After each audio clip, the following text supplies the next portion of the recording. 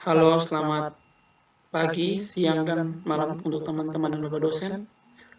Kami dari kelompok 6 akan membahas materi tentang quiz dan mobile application. Kelompok 6 berjumlah 6 orang, 5 orang mahasiswa dari Universitas Nusa Cendana dan 1 orang dari Universitas Pembangunan Nasional Veteran Jakarta.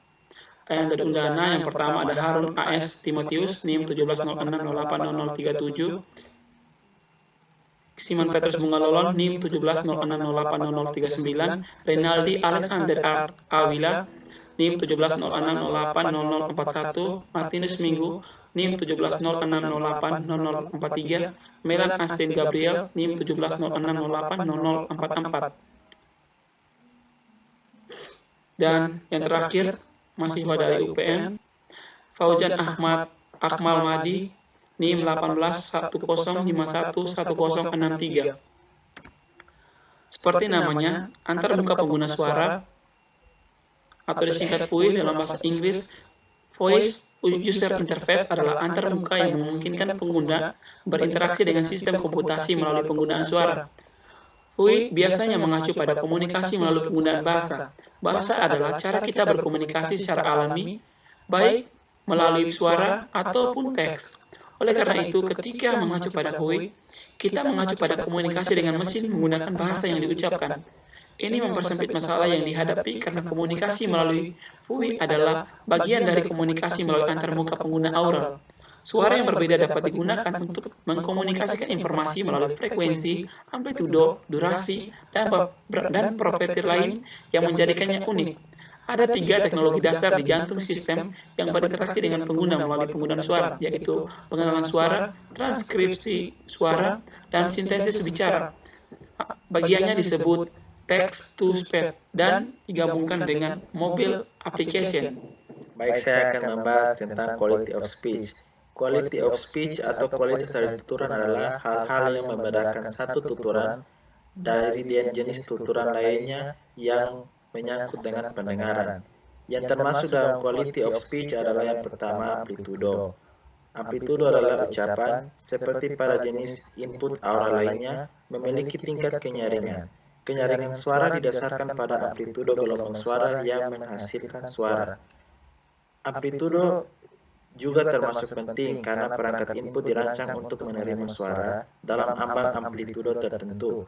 Jika suaranya terlalu keras, itu menyebabkan distorsi dalam konversi suara. Yang berikutnya adalah frekuensi dan pitch. Frekuensi dan pitch adalah kualitas ucapan lainnya. Rangkaian frekuensi yang membentuk suara pada gilirannya membuat ucapan bersamaan dengan amplitudo suara kita. Kombinasi dari frekuensi-frekuensi inilah yang membentuk nada dan suara berbeda yang kita gunakan untuk berpidato. Perangkat yang menangkap ucapan biasanya bertindak sebagai filter bandpass atau memotong frekuensi terendah dan tertinggi yang membentuk ucapan. Yang berikutnya, arti dan konteks. Suara membentuk kata, kata membentuk frasa dan kalimat, dan kombinasi suara, kata, frasa, dan kalimat yang diucapkan membentuk bahasa lisan. Suara individu dapat memiliki arti seperti yang mengekspresikan jeda berpikir. Yang berikutnya adalah ucapan. Ucapan hanyalah potongan pidato yang ditandai dengan awal dan akhir. Sebuah ucapan dapat berupa penanda kalimat atau bunyi insidental seperti mungkin satu kata, kombinasi kata-kata dalam kalimat frasa atau kalimat, atau bahkan kombinasi kalimat. Yang berikutnya adalah bahasa. Bahasa adalah cara menggabungkan suara, tanda, dan gerak tubuh yang dapat didengar untuk memungkinkan orang berkomunikasi. Saat berurusan dengan VUI atau Voice User Interface, kami memperhatikan bahasa lisan yang merupakan bagian dari hal-hal aural yang dapat mewakili suatu bahasa. Yang berikutnya adalah ketergantungan pembicara. Semua kualitas ucapan yang telah kita diskusikan, baik itu amplitudo, frekuensi, dan konteks-konteks unik untuk setiap pengguna. Ini membuat suara seseorang seperti sidik jari. Unik secara inheren, keunikan ini bagaimanapun menghadirkan kepada kita masalah baru, di mana VUI harus dirancang dengan kemampuan untuk memahami lebih dari satu pengguna dan dapat memberikan masukan kembali kepada pengguna dengan fleksibel. Yang berikutnya adalah internasionalisasi bahasa dan dialek. Masukkan suara ke sistem komputer hanya bermakna dalam konteks bahasa tertentu. Tanpa mengetahui bahasanya, komputer tidak bisa mengenali apa yang diucapkan, karena pada akhirnya makna bahasa itulah yang digunakan untuk melakukan tindakan. Yang berikutnya adalah lokal. Dengan cara yang sama seperti bahasa, meskipun tidak dapat diraba, lokasi pengguna penting dalam memahami ucapan pengguna. Orang yang tinggal di suatu lokasi berbeda, di negara atau wilayah yang sama, dan berbicara bahasa yang sama, mungkin menggunakan bahasa dengan cara yang berbeda. Yang kedua adalah kualitas lainnya. Ada berbagai kualitas lain yang membuat sinyal ucapan dan memahaminya menjadi masalah yang unik. Pidato dapat diucapkan di antara banyak pihak, jenis kelamin pengguna, suasana hati, dan berbagai faktor fisik dan psikologis lainnya membentuk faktor lain yang membuat perbedaan di antara suara berbagai pengguna atau suara pengguna yang sama pada waktu yang berbeda. Yang berikutnya adalah materi tentang transkripsi voice. Transkripsi adalah sesuatu yang otak kita lakukan dengan sangat cepat. Jadi ini adalah sesuatu yang biasanya kita anggap remeh. Namun, transkripsi suara otomatis yang tidak tergantung speaker tetap menjadi salah satu aspek penting di teknologi komputasi saat ini. Masalah utamanya adalah bahwa orang pada dasarnya mengucapkan sesuatu secara berbeda. Perbedaan mendasar mungkin terkait dengan bahasa. Misalnya di mana mereka dilahirkan, di mana mereka belajar berbicara, di mana mereka tinggal, dan lain sebagainya. Namun keadaan menjadi jauh lebih rumit, seperti tingkat pendidikan, gangguan bicara, suasana hati, konteks percakapan, dan faktor lain. Semuanya membuat pengenalan suara antar komputer dan orang yang hidup menjadi masalah yang tantangannya lebih bergantung pada bidang kecerdasan buatan dan kognisi daripada yang mereka lakukan dalam analisis sederhana bentuk gelombang suara yang dihasilkan dalam pidato. Baik, yang berikut pengenalan suara. Voice recognition. Tidak seperti transkripsi suara, pengenalan suara belum begitu ilusif dalam pencapaiannya. Pengenalan suara memungkinkan pengenalan kata, frasa, kalimat, atau beberapa kalimat yang diucapkan dengan suara terhadap kemungkinan set yang terbatas. Beberapa perbedaan utama antara transkripsi suara dan pengenalan suara adalah sebagai berikut. Yang pertama, sistem pengenalan suara mengandalkan interaksi yang telah ditentukan sebelumnya dengan pengguna. Interaksi dapat terdiri dari kata, frasa, atau kalimat yang telah ditentukan sebelumnya. Interaksi juga dapat berupa gabungan kata, frasa, atau kalimat yang telah ditentukan sebelumnya. Tata bahasa adalah bagaimana kata, frasa, kalimat, atau gabungannya ini telah ditentukan sebelumnya. Yang kedua, sistem pengenalan suara mencoba memetakan kata, frasa, kalimat, atau gabungan untuk sesuatu yang dimengerti oleh komputasi sistem. Yang ketiga, sistem pengenalan suara biasanya digunakan untuk perintah dan kontrol dari sistem komputasi sebagai lawan mendikte teks. Meskipun dimungkinkan untuk menciptakan sistem dikte yang menggunakan sistem pengenalan suara, sangat canggung untuk dilakukan. Selain itu, pengenalan suara menurut definisi terbatas pada kosakata yang terbatas membatasi tidak hanya kata-kata yang mungkin, tetapi kemungkinan kombinasi kata-kata menjadi frasa dan kalimat. Oleh karena itu, kumpulan kosakata yang meledak biasanya dibuat sistem pengenalan suara tidak memadai untuk tugas transkripsi. Yang keempat, kinerja sistem pengenalan suara berbanding terbalik. Biasanya, pameran pada dasarnya dengan ukuran kosakata tata bahasa untuk transaksi tertentu. Ini adalah belum tentu benar untuk sistem transkripsi suara karena performanya sangat bagus. Kurang bergantung pada spesifikasi interaksi pengguna tertentu. Yang kelima, sistem pengenalan suara biasanya tidak bergantung pada speaker. Padahal kebanyakan sistem transkripsi suara disesuaikan dengan suara dan pengucapan pengguna tertentu. Pola sistem transkripsi suara dirancang untuk independen dari suara pengguna. Yang berikut, dialog terarah.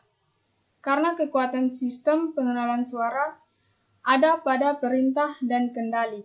Itulah yang terjadi paling berharga saat membangun kontrol navigasi di VUI. Kelemahan suara adalah menerima kebebasan berbicara dari pengguna. Kegunaan yang ditawarkan oleh sistem pengenalan suara saat ini dapat berupa salah satu dari beberapa bentuk-bentuk berikut. Yang pertama, dialog terarah. Seperti istilahnya, ini adalah kasus ketika setiap tanggapan oleh pengguna diawali dengan daftar tanggapan yang dapat diterima serta penjelasan dari mereka. Yang kedua, bahasa alami. Tujuan akhir pengenalan suara adalah agar bisa memiliki sistem komputasi memahami perintah yang Anda berikan meskipun hal-hal diparafrasekan atau ditempatkan dalam urutan yang salah. Yang ketiga, dialog mode campuran. Dialog mode campuran sering disebut sebagai inisiatif atau bahasa alami juga, meskipun yang kedua ini agak keliru karena dialog mode campuran tidak fleksibel dialog bahasa alami. Dialog mode campuran memungkinkan interaksi bahasa alami sambil mengarahkan pengguna agar berisi respon yang mungkin untuk pertanyaan tertentu seminimal mungkin.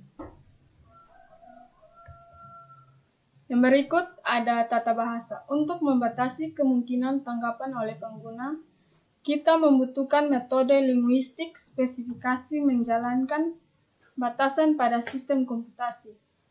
Ini dilakukan melalui tata bahasa. Tata bahasa menentukan batasan ucapan yang diharapkan apakah dimulai oleh pengguna atau diberikan ke sistem sebagai tanggapan atas dialog terarah. Yang berikut mewakili tata bahasa secara terprogram. Secara tradisional, sistem IVR atau Interactive Voice Response telah etari. Oleh karena itu, setiap sistem secara tradisional memiliki antarmuka pemrogramannya sendiri, termasuk bahasanya sendiri untuk mendefinisikan tata bahasa. Namun belakangan ini sudah ada banyak pergerakan dalam standarisasi sintaks yang mendefinisikan tata bahasa. Ada banyak alasan yang jelas untuk ini sepanjang baris yang sama dengan standarisasi sintaks bahasa pemrograman. Ada dua tipe dasar tata bahasa, yaitu tata bahasa aturan dan grammars. Yang berikut ada JSGF atau Java Speech Grammar Format, adalah salah satu format tata bahasa populer yang didukung oleh pengenalan suara platform hari ini. Perlu dicatat bahwa meskipun JSGF menggunakan sintaks yang mirip dengan Java, dapat digunakan oleh sistem berbasis non-Java. Berikut ada penamaan. Seperti dalam kasus bahasa pemrograman, tata bahasa aturan ditulis dalam bahasa manusia format yang dapat dibaca dalam teks dan disimpan ke dalam file. Ada seperangkat aturan yang harus diikuti. Untuk penamaan file ini dan tata bahasa yang digunakan di dalamnya berdasarkan caranya tata bahasa akan digunakan dan isinya. Konvensi penamaan ini cenderung untuk lebih spesifik pada bahasa tata bahasa. Spesifikasi tata bahasa pidato W3C menyediakan dua format, BNF otomatis, sintaks ABNF, dan berbasis XML. Kedua format itu bisa dipetakan dan diubah secara linear. Jelas, format XML lebih bertele-tele karena memiliki serangkaian tag yang mengelilingi elemen sintaks tata bahasa. Namun ada keuntungan dari metode ini. Tata bahasa dapat diurai dengan XML apapun pengurai. Meskipun sintaks ABNF adalah sintaks yang hampir identik secara sintaks, KJSGF format XML pada intinya sama. Yang kedua, aturan referensi dibuat dengan mekanisme penamaan dan pengemasan yang mirip dengan bahasa Java. Juga disediakan sebagai mekanisme berbasis URI dalam W3C speech. Yang ketiga, apakah pengguna memberikan input sistem melalui suara atau audio lainnya? Input seperti nada DTMF ditinggalkan di luar JSGF. Spesifikasi tata bahasa W3C menarik ini dan menyediakan mekanisme untuk menentukan apakah input adalah suara atau DTMF. Dengan cara ini, jika ada input audio lain yang mungkin ke file sistem pengenalan suara di masa depan, ekstensi dilakukan dengan perubahan sederhana dari skema XML untuk menerima alternatif tambahan untuk atribut. Ini adalah dilakukan melalui perintah mode dalam format ABNF.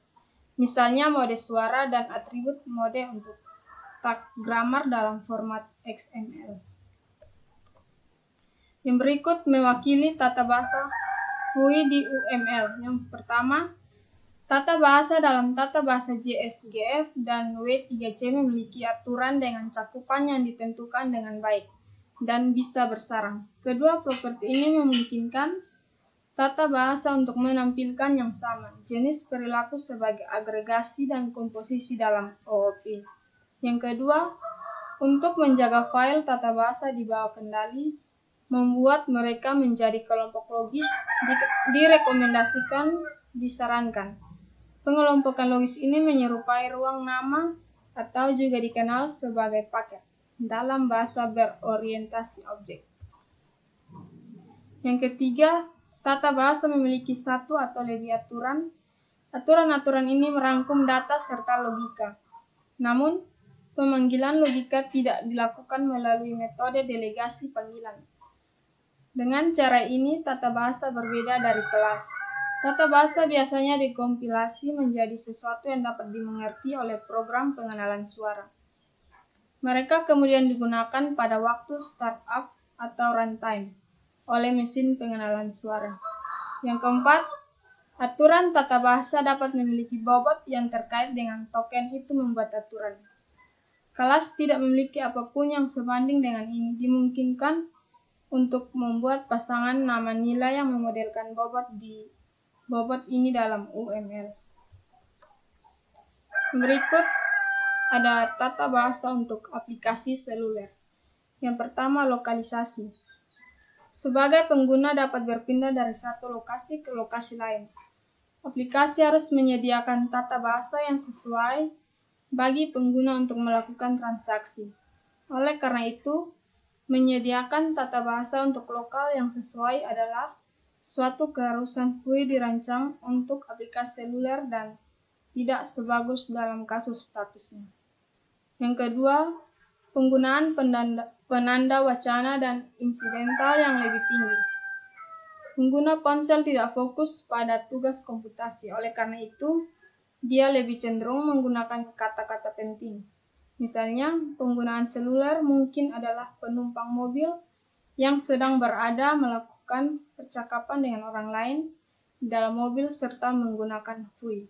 Karena kurangnya fokus ini, pengguna lebih cenderung menggunakan kata-kata seperti tembak, baik, tunggu, oke, dan lain-lain. Yang ketiga ada efek QoS. Ada dua efek samping pada FUI saat QoS dari konektivitas pengguna ponsel rendah. Pertama, jika pengguna ponsel terhubung jaringan melalui koneksi nirkabel, kualitas sinyal mungkin turun ke titik di mana SNR tidak dapat diterima untuk diakui. Dalam kasus seperti itu, disarankan agar FUI dirancang untuk perlahan-lahan menjauh dari sifat FUI berbasis bahasa RAL ke FUI berbasis DTMF. Assalamualaikum warahmatullahi wabarakatuh. Selamat pagi, siang, dan sore teman-teman semua. Perkenalkan, nama saya Fauzan Afal Mahdi dengan NIM 181011063 dari mahasiswa pertukaran pelajar Permata Sakti UPN Veteran Jakarta. Saya di sini akan menjelaskan mengenai membangun interaksi VUI, Voice User Interface. Di sini tuh bagian paling penting dari hal tersebut adalah membangun interaksi VUI dan mendesain pengenalan suaranya yang berbasis aplikasi mobile. Karena pada saat ini visi dan arah dari perkembangan bisnis dan teknologi adalah kepada mobile gitu, yang mana mobile ini kan bisa berpindah-pindah gitu dengan sehingga lebih mudah untuk digunakan oleh tiap orang atau user. Kemudian di sini juga ada UML-nya, stat-nya. Nah, di sini yang paling penting dari membangun interaksi VUI adalah stat-nya. Jadi stat di sini adalah apa kondisi awal untuk kondisi awal dari voice user interface ini. Kan jika kita bandingkan dengan graphic user interface, yang mana bisa stat awal adalah tampilan awal home gitu kan. Jika dalam VUI voice user interface ini akan sangat berbeda gitu. Yang mana stat awal dari VUI ini adalah harus konstan. Maksud dari konstan adalah sistem harus dapat menerima input suara dari manusia kapanpun, sehingga sistem akan berjalan secara konstan dan siap untuk menjawab inputan user. Mari kita lanjut kepada nah di sini jelaskan membangun state-nya merupakan opsi ya, itu merupakan opsi sehingga dalam implementasi saat ini kondisinya ya konstan gitu untuk interaksi VUI. Terus menggunakan voice user interface universal interface module. Ini kan modul yang mana bentuk fisik atau hardware. Jadi di sini paling penting adalah tata bahasa itu menjadi batasan interaksi dengan VUI. Jadi sehingga input user akan terbatas oleh grammar tersebut atau tata bahasa. Kemudian natural language diarahkan untuk dapat melakukan komunikasi dua arah dengan sistem dan user. Kemudian ketiga adalah membangun VUI membutuhkan arsitektur yang mengelola percakapan sekaligus mengelola tata bahasa juga antara user dengan sistem. Kemudian dalam membangun interaksi dengan VUI, bahasa pemrograman yang digunakan. Nah, di sini kita bahas pendekatan yang terlebih dahulu. Pendekatan di sini ada pertama membangun aplikasi yang berinteraksi langsung dengan sistem pengenalan suara. Jadi sistem yang dibangun adalah langsung berinteraksi secara strict kepada sistemnya. Kemudian kedua menggunakan framework yang sudah ada untuk meningkatkan kerja dari sistem pengenalan suara tersebut. Nah, beberapa hal yang diperlukan nih untuk membangun interaksi ini ada IDE, ada API, ada integrasi dengan hardware-nya, kemudian ada voice browser. Nah, bahasa yang digunakan untuk membangun VUI adalah Java dan C++. Dan sebenarnya banyak sekali selain bahasa Java dan C++, yang mana saat ini itu sangat berkembang. Contohnya seperti untuk Python ini sangat berkembang untuk berbagai hal gitu. Kepada data mining bisa, kepada penggunaan untuk game bisa, ini sangat banyak gitu untuk bahas pemrograman. Kemudian dari sini ada teknik membangun VUI. Jadi beberapa teknik tersebut adalah pertama mengontrol ucapan tuh dengan high level API. Jadi API digunakan untuk interaksi antara sistem. Jadi ketika menggunakan API, sistem akan berjalan lebih luas sehingga dibandingkan dengan penggunaan strict langsung kepada sistem ke sistem. Jadi penggunaan API ini lebih memudahkan para pengembang dan memudahkan arsitektur dari sistem tersebut. Kemudian kedua ini basis API-nya berbasis vendor ya, yang disediakan vendor misalkan disediakan oleh bahasa API apa yang ada untuk dalam kasus ini untuk pengenalan suara gitu. Jadi banyak sekali yang dapat dipertimbangkan. Kemudian ketiga, API untuk pengontrol ucapan. Nah, API dari Java, ini Java juga mempunyai API sendiri untuk pengontrol ucapan. Kemudian JT API, Java Telephony, yang itu mengontrol untuk panggilan antar sistem. Kemudian yang kelima ini JT API, di sini akan mengontrol JT API mobile ya, mengontrol dari mobile address, kemudian mobile network, mobile provider, mobile radio, terminal, yang mana hal-hal tersebut dipertimbangkan, diupdate, diambil datanya untuk membangun sistem sistem pengenalan suara yang lebih baik. Jadi contohnya untuk address ini akan melacak dan menganalisis lokasi dari seorang pengguna dan akan menentukan bahasa apa nantinya kira-kira yang untuk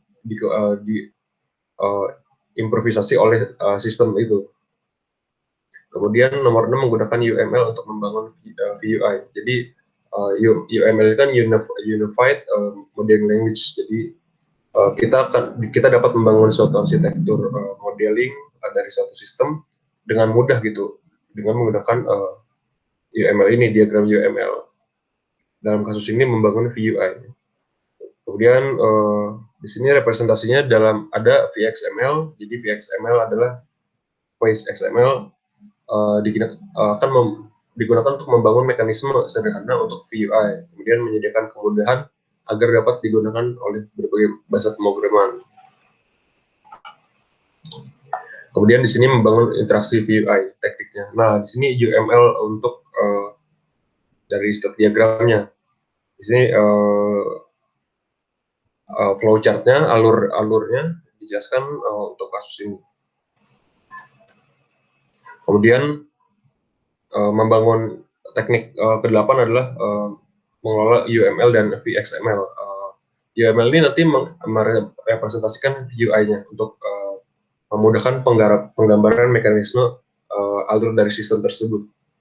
Kemudian di sini ada 9 XForms ke VXML. Nah, XForms ini model lama untuk pembacaan web browser gitu, pembacaan markup language. Nah, di sini ditransformasikan menjadi VXML agar lebih mudah untuk pengelolaannya. Kemudian ke-10 VXML ini untuk aplikasi mobile. Kemudian 11 ini CCML, jadi Call Control Markup Language. Di sini markup language tidak hanya yang kita ketahui XML atau HTML gitu, tapi di sini untuk kasus VUI banyak banget. Contohnya Call Control Markup Language gitu. Di sini menurut standar W3C untuk menggambarkan VXML dan SSML, jadi ini standarnya gitu menggunakan CCML. Kemudian 12 dari GUI ke SSML didesain untuk mengatur jalannya panggilan. Kemudian di sini desain pengenalan suara berbasis aplikasi mobile. Jadi di sini banyak sekali untuk kesalahan dari desain VUI yang mana dirangkum dalam beberapa hal di sini. Yang pertama tuh mendesain VUI untuk berbicara, bukan untuk menulis. Jadi di sini pengenalan suara berbeda dengan GUI atau Graphic User Interface, sehingga desain di sini adalah untuk berbicara, bukan untuk menulis. Ketika berbicara banyak sekali kesalahan grammar ataupun tata bahasa, yang mana jika kita terapkan pada individu ke individu bisa ditoleransi. Nah, ini bisa diterapkan harusnya kepada sistem gitu. Jadi bukan harus strict atau ketat kita ditranslate menjadi sebuah tulisan. Nah, ini sangat berbeda untuk VUI. Kemudian kedua, memahami pengguna atau user. Terus di sini banyak sekali pengembangan tidak didasarkan pada usernya. Kemudian ketiga, menggunakan kata ganti atau penanda lain, ini yang nantinya berpengaruh. Kemudian konsisten di sini yang mana biasanya merupakan hal positif, tetapi di sini menjadi hal yang perlu dipertimbangkan. Jadi dalam pengenalan suara bisa jadi konsisten ini bertentangan. Contohnya kadang ada inputan dari seorang user yang mana tidak stabil untuk suara, kadang meninggi, kadang merendah. Nah, di sini konsisten ini harus bisa dipelajari oleh sistem dengan baik agar bisa diterima dan masuk ke dalam sistem. Kemudian dapat mengoreksi input dari user. Nah, koreksi ini tentunya kan berdasarkan inputan user, yang mana user kadang berada di tempat yang berisik ataupun yang tenang, itu yang sangat mempengaruhi. Kejelasan di sini bergantung kepada koreksi tadi, nomor 7, terus ke-12, persona. Persona ini adalah banyak sekali pengembang yang tidak menempatkan dirinya atau developernya sebagai user itu sendiri. Nah, ini yang perlu banyak sekali orang dan developer pertimbangkan. Kemudian tentunya setelan awal dari UI beda sekali dengan GUI. Gitu. Karena setelan ini pastinya tentunya harus memang konsisten dan siap untuk menerima inputan. Sekian dari saya Fauzan Ahmad Mahdi, penjelasan untuk pengembangan membangun interaksi UI ini. Yang berikut saya akan menjelaskan poin 7.5, yaitu text to speech converting written language for spoken language. Aplikasi text to speech adalah aplikasi yang mengubah bahasa tertulis menjadi bahasa lisan. Ada dua kategori utama program perangkat lunak yang mengubah bahasa tertulis menjadi bahasa spoken. Yang pertama adalah perangkat lunak yang menghasilkan bahasa lisan dengan rangkaian kata-kata yang diucapkan oleh manusia yang hidup. Dan yang kedua adalah perangkat lunak yang berusaha menghasilkan ucapan tanpa bantuan dari kata-kata yang direkam sebelumnya. Baik, kita masuk ke yang pertama, yaitu sintesis dengan ucapan penggabungan. View menggabungkan ucapan yang direkam sebelumnya untuk membuat ucapan yang sintesis. Ini biasanya disebut dengan sintesis ucapan dengan penggabungan. Mesin sintesis bicara yang baik mampu menggabungkan akhir dan awal ucapan menjadi satu. Selain itu, ukuran kumpulan ucapan yang direkam sebelumnya membuat perbedaan besar dalam kualitas ucapan yang dihasilkan. Yang berikut adalah sintesis ucapan murni. Suara yang paling bergema di benak orang saat mendengar ucapan yang sepenuhnya dihasilkan oleh mesin. Dengan teknologi ini, hal ini tidak jauh dari suara ucapan murni yang dibuat dengan mesin. Yang disebut sebagai sintesis ucapan murni atau mesin sepenuhnya dalam teks ini hanya merujuk pada sintesis ucapan yang tidak menggunakan rangkaian segmen suara yang direkam sebelumnya. Yang berikut adalah bahasa dan alat sintesis pidato. Kategori yang digunakan dalam taksonomi jenis alat untuk pengenalan suara judul berlaku untuk alat sintesis bicara. Seperti yang kita lihat sebelumnya, JSAP sudah memiliki file bagian dari API-nya yang didedikasikan untuk sintesis ucapan. Yang kita tahu yang sering digunakan adalah SSML. SSML adalah bagian dari teka-teki dalam membangun FUI berdasarkan proses suara teknologi. SSML memberikan kita kemampuan untuk berinteraksi dengan mesin sintesis ucapan yang disediakan oleh berbagai vendor dengan cara yang seragam dan memfasilitasi portabilitas.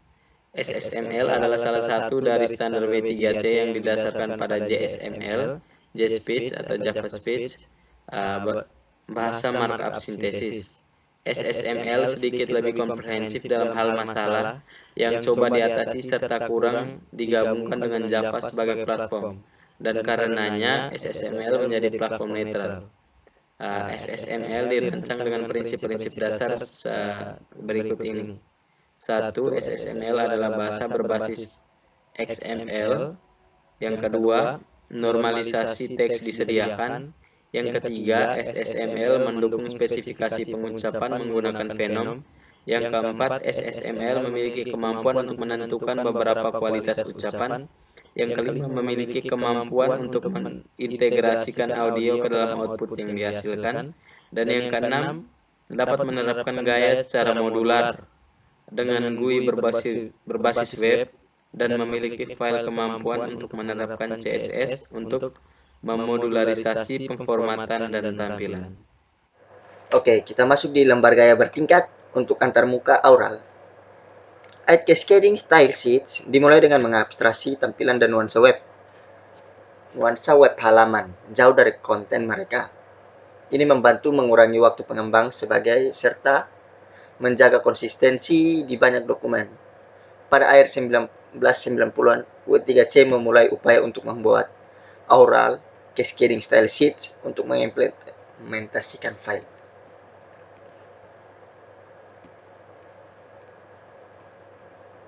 Ya, kita lihat di figur 7.31 ini. Ini adalah contoh sintaks untuk mengucapkan petunjuk arah sederhana. Bisa dilihat di sini. Teknologi analog untuk konten berbasis ucapan. Ya. Namun saat W3C bergerak menuju standar yang memperlakukan banyak antarmuka dan saluran pengguna, menjadi jelas bahwa ACSS perlu diintegrasikan ke dalam gambaran gaya yang lebih besar, yang memperlakukan keduanya konten aural dan visual. Oleh karena itu, ACSS telah diintegrasikan ke dalam Cascading Style Sheets 2 atau CSS 2. Sebelum kita melangkah lebih jauh, perlu dicatat bahwa karena SSML adalah berbasis XML, teknologi kita bisa menggunakan XSL untuk styling. Pertukaran menggunakan XSL untuk mapping konten aural daripada CSS2 adalah bahwa implementasi XSL lebih kompleks. Sebagian besar vendor browser suara memilih untuk menerapkan CSS dan bukan XSL. Jika XSL akan digunakan untuk penformatan, pengembangan aplikasi harus membangun mekanisme pelapisan yang tepat menggunakan beberapa mesin transformasi XL seperti Salan, sama seperti browser GUI. Browser VUI biasanya tidak mengimplementasikan XLS sebagai for mekanisme.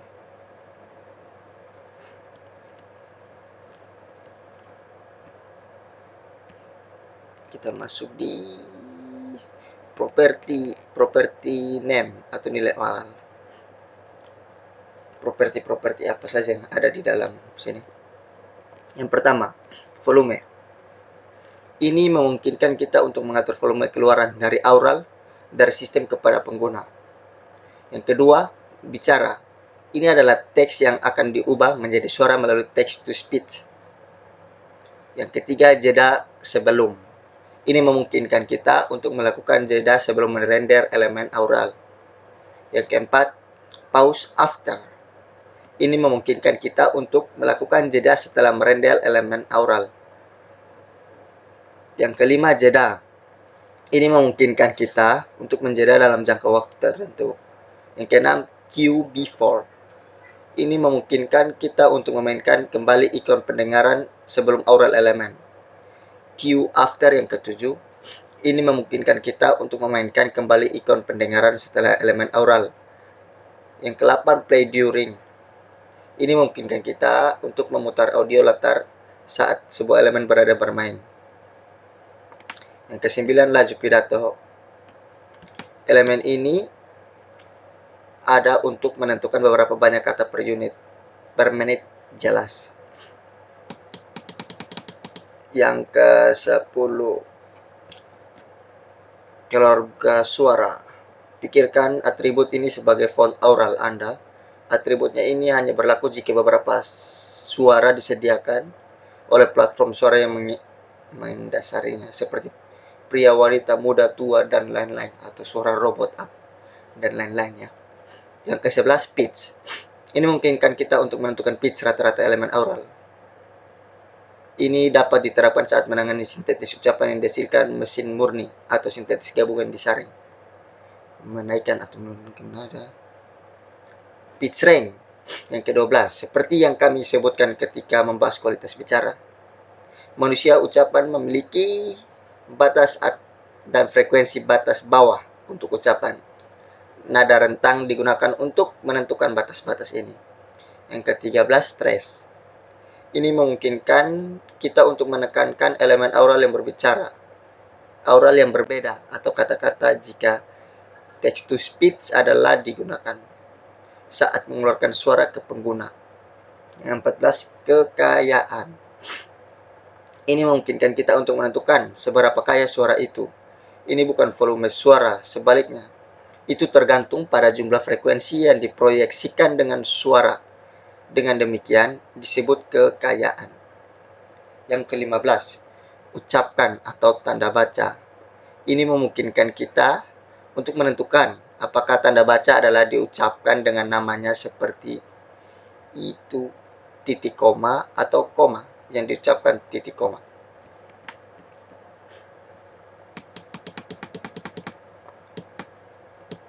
Ya, kita masuk di figur 7.32 adalah contoh menggunakan dokumen SSML pada gambar 7. Ini sintaksnya yang diberikan. Atau apakah itu aksen kata di seluruh pemutaran. Yang ke-16, peak numeral. Ini memungkinkan kita untuk menentukan pengucapan angka.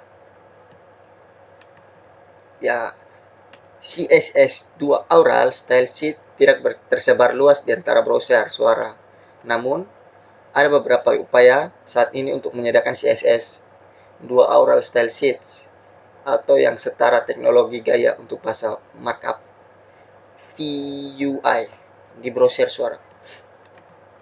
Ya, kita masuk di interoperabilitas dengan SMIL dan CCML. Anda mungkin kita sudah bertanya-tanya bagaimana cara mengintegrasikan konten yang berasal dari file mesin sintetis, teks ke ucapan, dengan konten dan masukan lain dari pengguna. Salah satu alat dalam mengintegrasikan berbagai jenis konten markup yang ditawarkan oleh W3C adalah itu. Kami tidak akan ngomongnya. Masuk di portlet suara. Kami membahas gagasan komponen antarmuka pengguna yang ya, portlet suara ini sekarang disebut sebagai sebagai satu-satunya yang dipahami dalam batasan GUI. Meskipun demikian, kami dapat menerapkan konsep KVUI. Portlet suara sederhana dialog independen yang merangkum serangkaian interaksi suara yang dapat dilakukan. Yang pertama itu, portlet suara harus dirancang untuk menghindari ketergantungan pada interaksi suara, tidak dikemas dalam implementasinya. Yang kedua, portlet suara harus dirancang secara implisit, membuat ketergantungan padanya oleh orang lain. Portlet suara harus diinteraksi suara di luar portlet suara. Yang ketiga, portlet suara harus dirancang untuk memungkinkan integrasi yang mudah dengan portlet lain untuk menghasilkan portal suara. Sekian dari kelompok 6. Mohon maaf bila ada salah kata dan juga salah pengucapan dalam pemaparan materi ini. Sekian dan terima kasih.